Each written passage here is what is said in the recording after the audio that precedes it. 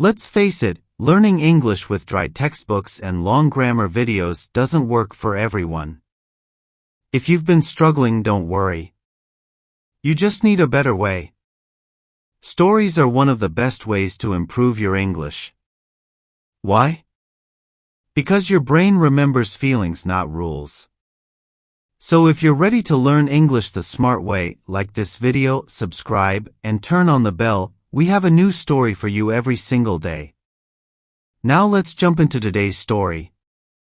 It was supposed to be a perfect morning. I had planned everything. Packed my bags the night before. Set 3 alarms. Booked a taxi to the airport. Even printed my boarding pass, just in case. This was my dream trip to Paris. The first time I'd ever leave the country. The excitement was unreal. I woke up, took a deep breath, and checked the time. That's when it hit me. I had overslept. Not by 5 minutes. Not even 10. By an entire hour.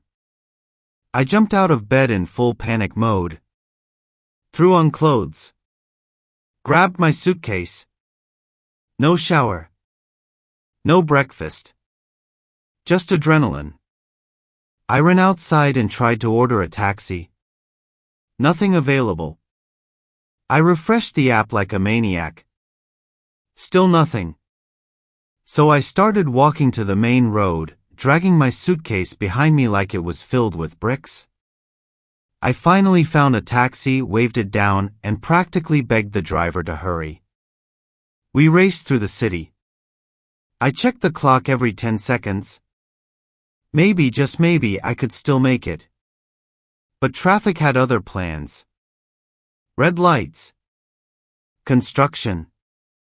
Slow drivers. By the time I got to the airport, I was a sweaty, nervous mess. I ran through the terminal, suitcase wheels bouncing behind me. I reached the check-in counter. The woman behind the desk looked up, smiled politely. "I'm sorry," she said. "Check-in is closed." I just stood there. Frozen. Speechless. Everything I had planned, all the excitement, the money, the dreams, gone. I sat down on a cold plastic chair, feeling like the biggest failure in the world. Then something unexpected happened. A guy next to me, maybe mid-30s, backpack on his lap, looked over and said, "Missed your flight?" I nodded. He smiled. "It happened to me last year. You'll laugh about it later." I didn't feel like laughing. But we started talking. Turned out he was also flying to Paris tomorrow. He missed his train to the airport earlier that day and had to rebook everything. He gave me tips on cheap hostels, cool cafes, and how to rebook a ticket without paying full price. He even helped me get online and book a flight for the next day. Suddenly, the day didn't feel like a disaster anymore. It felt like part of the adventure. I checked into a cheap airport hotel, took a long shower, and went to bed early.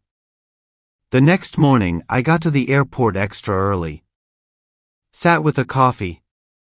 Watched planes take off. And finally boarded my flight.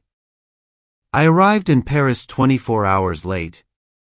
But with a great story. Did you notice the real-life English in that story? Expressions like full panic mode, threw on clothes, begged the driver, check-in is closed, felt like the biggest failure, part of the adventure. These are the kinds of phrases native speakers use all the time. And now, you've heard them in context, which means you're way more likely to remember and use them yourself. This is why stories are powerful.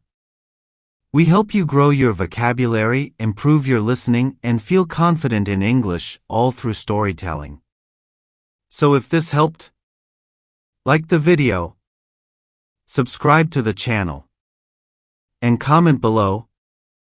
Have you ever missed something important? What did you learn from it? We'll be back with another story tomorrow.